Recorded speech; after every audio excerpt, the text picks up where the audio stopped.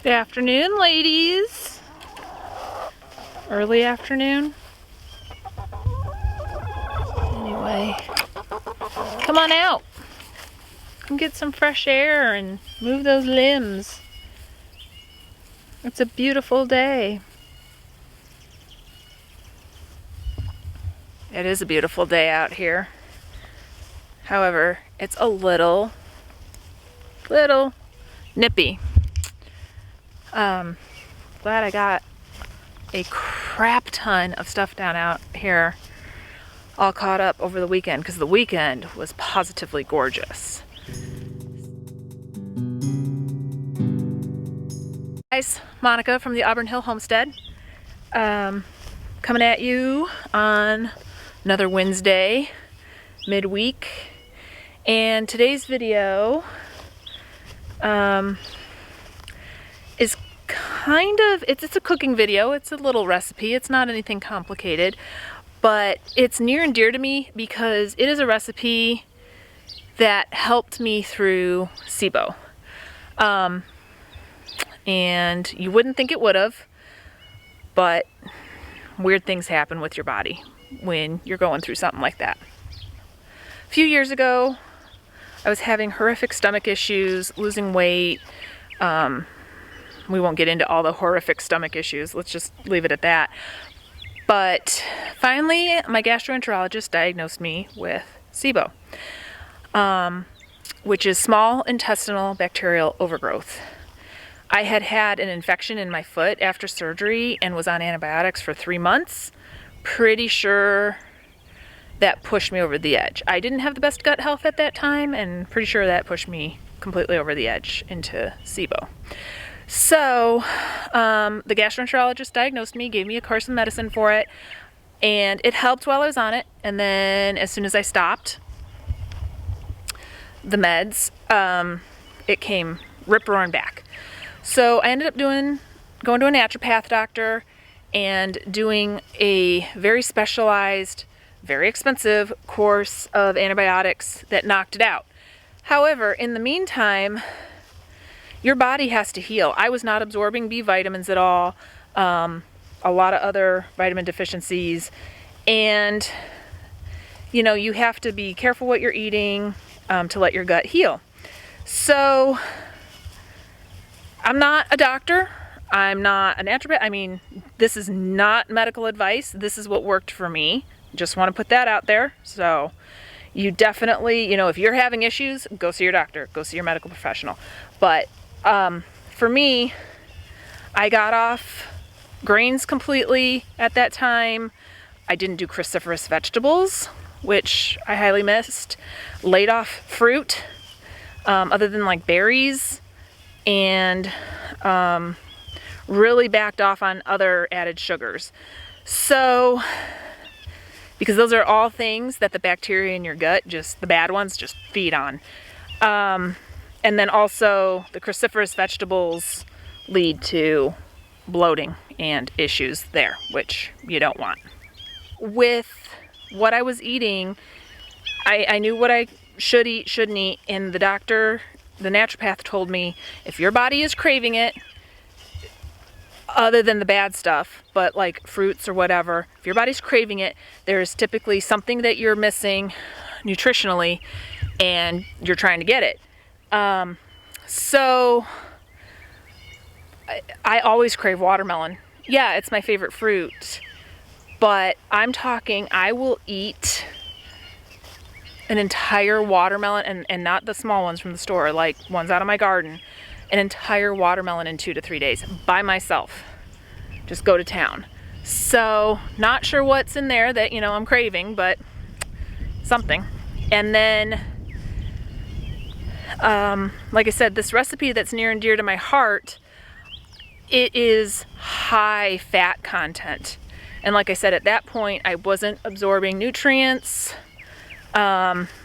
So I was eating this, I was having, it's fudge, and I say that because it's not fudge. I use the air quotes. It's not fudge in that sense.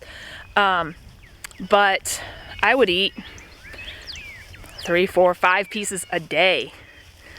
And you think, that's a lot of calories because this is a highly caloric food. But when your body wasn't absorbing things the way it was supposed to, that's what I needed to get me back on track, and it really helped for me. Again, everybody's different. Every body's different. Every diagnosis is different. Every instance is different. So you need to find what works for you. So anyway, this fudge recipe really just helped after a few months get me back on track to feeling better, having some energy back, being able to put on a little bit of weight because I'd lost quite a bit. And I just really love the taste of it. So now that I'm healed up, I still try to watch what I'm doing to a degree. There are times I go off the wagon and eat things I'm not supposed to, but this is a good staple to just have around for me so that if I get really hungry and need a quick fat bomb to satiate me, or I want a little bit of that sweet taste, this is the perfect thing for that. And it's super simple. It's only 5 ingredients. I mean, you can dress it up a little if you want, and that's 5 ingredients the way I make it. Again, we'll go over it, and there's a couple different ways you can make it. You can do a keto version, solely a keto version. You could do solely a paleo version. I do kind of a mix of the two because I don't want 100% all of the honey or 100% of all of the erythritol that goes into it. So I mix it up for me right now, and I love the taste of it, and it works great. So anyway, let's get cooking, and well, I don't know if you can count this as cooking. Let's go throw this together and we'll see how good it tastes.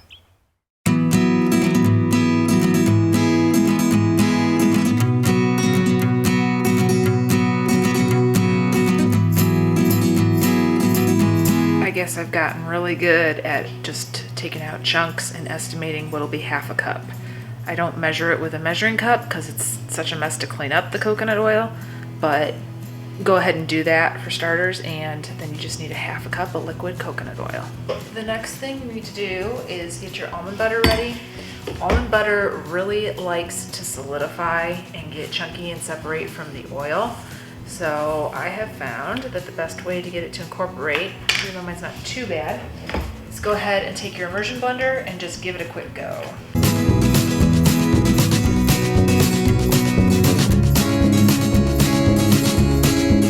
Okay, so the next thing is you want to put in half a cup of almond butter. So you just need to get it up to the 1 cup line on your measuring cup.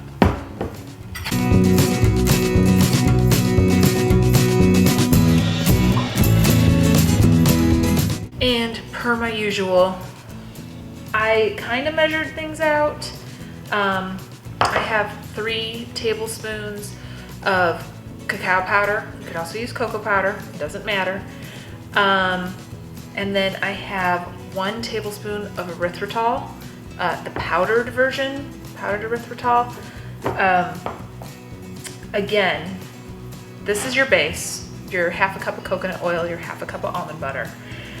You definitely need the cocoa powder. I mean, it is fudge, right? This, again, you can go to taste. If you want it richer, more chocolatey, a little more bitter instead of sweet, go ahead and you can put a little more cocoa powder in. Like I said, everything's to taste. I don't typically measure it out. I usually do it by sight, so this was a little odd doing it this way today. But we'll go ahead and add in the cocoa powder, cacao powder, this version. And so for keto, like I said, the way I make this, let me backtrack. The way I make this for myself is I do a tablespoon of erythritol and then about a tablespoon of raw honey that I get from my neighbor here right next door. If you wanted to go straight keto, go ahead and do the tablespoon of just the powdered erythritol. And if you want it like a little sweeter, you know, you're gonna have to go ahead and do a taste test and taste to see how sweet you want it. If you're doing like a paleo version, go ahead and put in about a 1/4 cup of honey. You could also do maple syrup. I just like the honey because it's locally sourced and I'm getting the good allergy benefits and immune benefits from having local bees. So again, this can go the keto way, the paleo way, or my way, which is a combination of the two.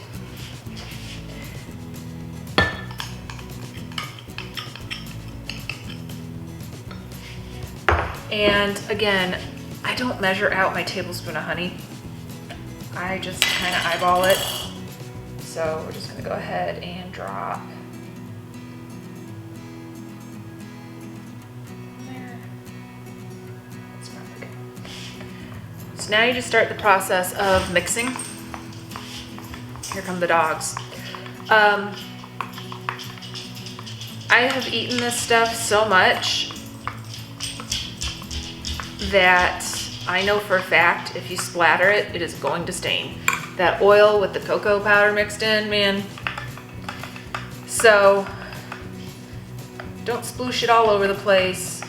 Take your time. Wear an apron or wear dark clothes or something. But yeah, you can see the consistency. It's really quite runny.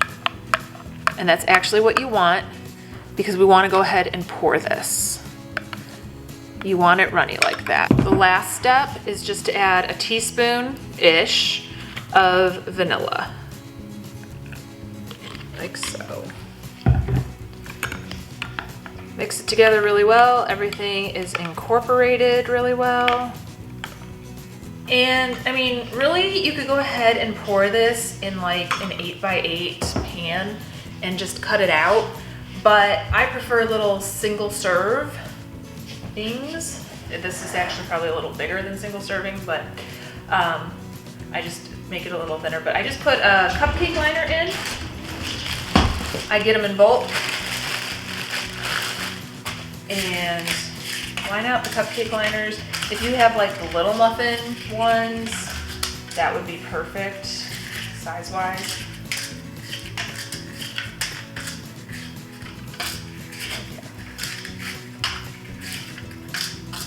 And then your last step is just to go ahead and pour it in as evenly as possible for 12 of them and then stick it in the fridge. If it's summertime, and I have done this in the past and you're dying for it, you can go ahead and stick it in the freezer for a short amount of time. But you do need to be careful because if it does go frozen, it changes the consistency a little. You definitely don't want that. However, I leave these in the fridge 24/7 and they're fine. And they will last in the fridge over a week.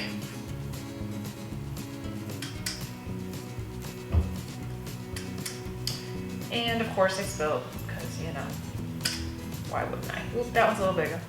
And you know what? That's okay too because some days I want a little more and other days you just want a little bite. So it works out perfect if you do a little too much in one and not the other. Last one.